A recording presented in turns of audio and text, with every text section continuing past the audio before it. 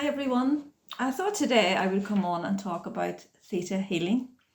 So many people, when I say theta healing, they go, Theta? What's that? It's, to be honest, I'm not a big fan of the name, but what it really is theta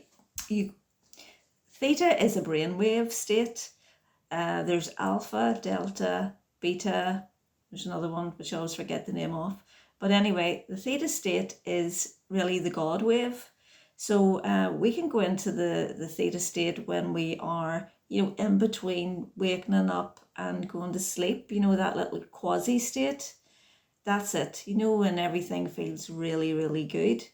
And then you suddenly waking up and you come out of it and you go, remember such and such a thing happened. Everybody knows that feeling. So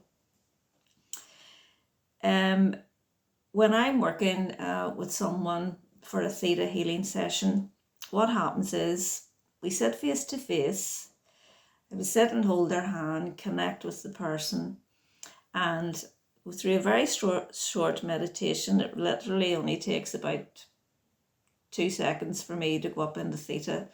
And once I'm in that state, that's me connected directly to the theta source at all it is, the theta brainwave creation, whatever you like to call it. And then I just start talking to the client.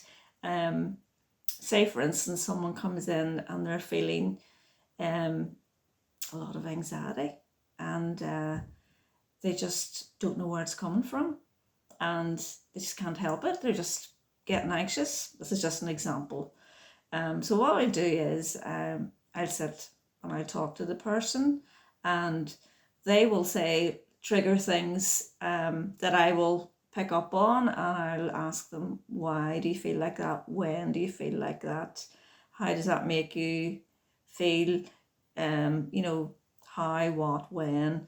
It all uncovers what we want to find, which is a self-limiting belief that is causing you to go into an anxious state, for example. So being anxious is not our natural state, obviously, but because when we came here, we're influenced by others, we're actually feeding off everybody else's energy and allowing that to influence us instead of living in our hearts and connecting with our own hearts and our own divine essence. So if you can imagine your chakras like building blocks, and say if someone comes and breaks your heart, for example, this chakra goes out here, or someone else doesn't allow you to speak, and this chakra goes out at all, and further up, down, the whole system, it all becomes like building blocks out of whack. And needless to say, the foundation has to be strong to keep all the building blocks in place as well. So we're going down through the theta process into your foundation, into what's causing the shakiness, what's causing all the misalignment, what's causing, in this scenario, anxiety. So what we can do as well is energy testing. So I will ask the client to stand up, and I will ask them a question. For example, do you love yourself? Very important question. If the client sways a certain way, that's a yes. If they sway the opposite way, that's a no. That's the very first thing I do. I'll go in and I'll change that, connect to source energy through the theta brainwave, and show them what it feels like to love themselves. And once that's done, we're already going leaps ahead. So after the session, clients feel really light in their body, because what they have done is they have shed a lot of dense energy, because we are just layers and layers of energy, and each time we're putting on like an overcoat of usually what it is other people's stuff, or stuff that's put on to us from childhood. A lot of this stuff is inner child stuff, because a lot of the damage is done in childhood, where outside influences trying to tell us, make us what all being well meant. This is how it's supposed to be. So inner child stuff, I have to say, 90% of the time does come up. So that's so interesting for people to actually learn about themselves and understand where their feelings are coming from. Because a lot of people, that's what the problem is, they don't really understand themselves. A lot of people say to me, like, I don't really know who I am. I don't really know what I want. I don't know why I'm in this job. You know, how did this all happen? So what we do in the session is we reconnect you to your spark, your divine spark, that spark that you came in with. Because when you come in here with a plan. We all chose our lives. We all chose our parents. We come in here for a plan to fulfill the mission. And somehow it all gets warped. It all gets misconstrued, and we have to find ourselves going through darkness and challenges to get where we really want. So if you would like a Theta healing session with me, you can go through my website and book one. Sometime maybe I will give an example of a session with someone here on live, obviously with their permission, just to give you an example of how it works and just how amazing it is. It's like counselling. It's intuitive counselling, because obviously the practitioner is working with spirit and working with their own psychic abilities and their channeling abilities. So messages are able to come through for past, present, and the future. So it's loads of fun, and I'm really, really excited to share it here. So I think that's really all I wanted to talk about on this one. Again, any questions, message me or comment below. I always like to pull a card for you. So let's see what we've got today. What have we got? We've got these little witch cards. I love them. So let's talk to the witches. See what the witches have got for us today, for all of you watching. And see what the message is. So let's go. You can pick the first reading or the second reading. So here goes the first reading. So you pick which one you want. What message? Oh, that one flew out. Two of Cups. So anybody who is in a relationship and or maybe hoping to be in a relationship, this is very auspicious.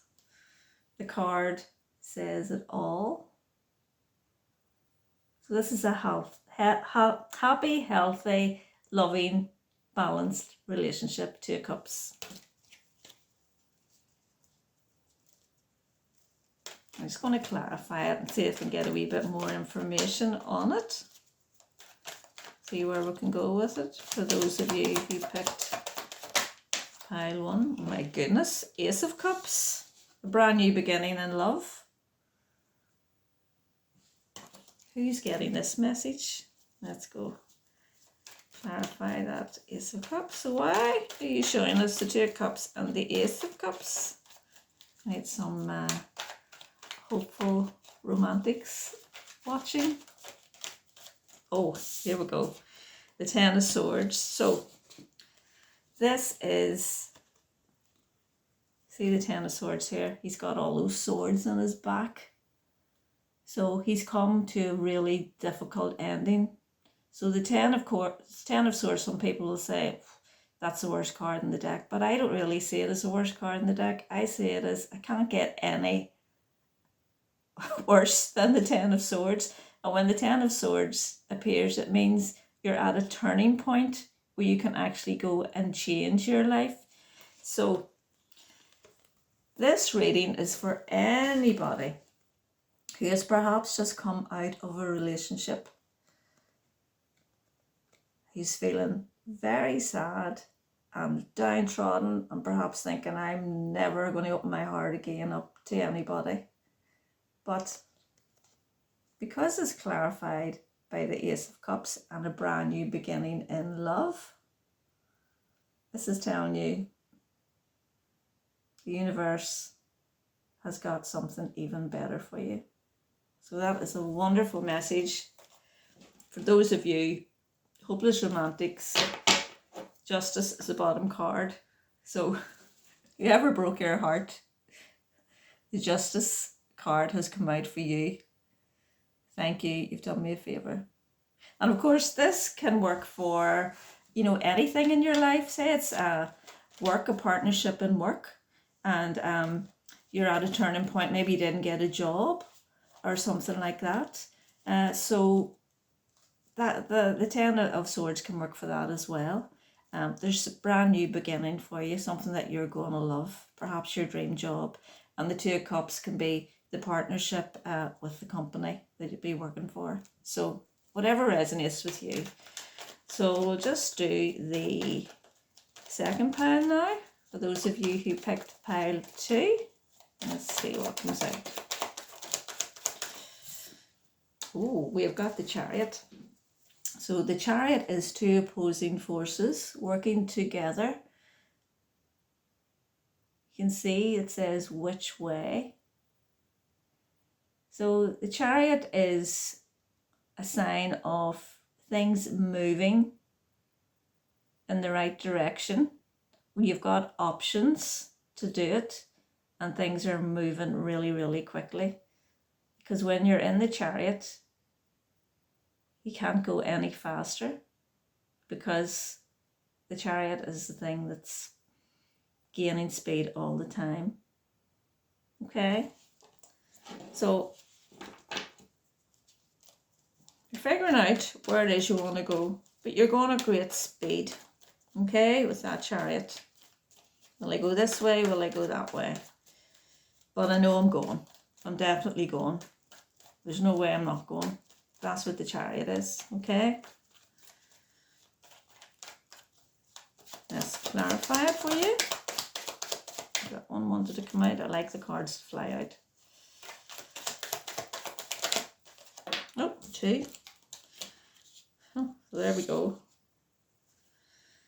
I think this is work related for some of you. This is the 3 of Pentacles and it is the Ace of Pentacles. So again, this is all about new beginnings. So 3 of Pentacles are all about collaboration, working together, collaborating with other people. And the Ace of Pentacles is a brand new, solid beginning. Something tangible, like a new job, like perhaps, a bank loan or something that's really what you've wanted, what you've worked for. It's very grounding energy. Okay, and let's just see why they have given us those cards. So you're definitely going places. It's a brand new beginning. You'll be doing it with other people, working together, joining forces to doing it, and the Fool.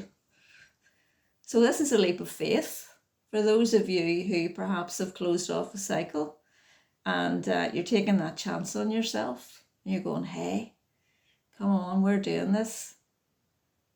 So that's lovely. Both those messages were quite similar, really. It's just whatever, you picked is most relevant to you. So I hope you enjoyed that and I'll see you on the next video. Bye.